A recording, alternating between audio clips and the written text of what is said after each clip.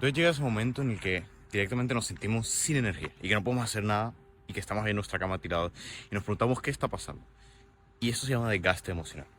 Muchas veces hay circunstancias en nuestra vida, situaciones, a veces problemas, relaciones, personas que afectan negativamente nuestra forma de sentir y ese que empieza a generar un desgaste dentro de nosotros, dentro de nuestra mente, dentro de nuestra paz y tarde o temprano se nota. Y tarde o temprano dejamos de hacer esas cosas que nos traen salud, que nos traen bienestar, porque ese desgaste nos hace tener muy poca batería, nos hace sentirnos sin energía.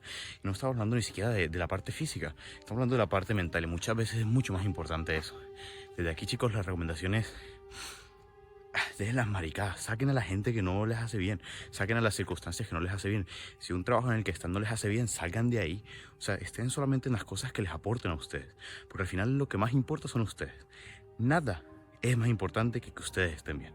Nos vemos mañana y como siempre, hazlo simple y comienza ahora.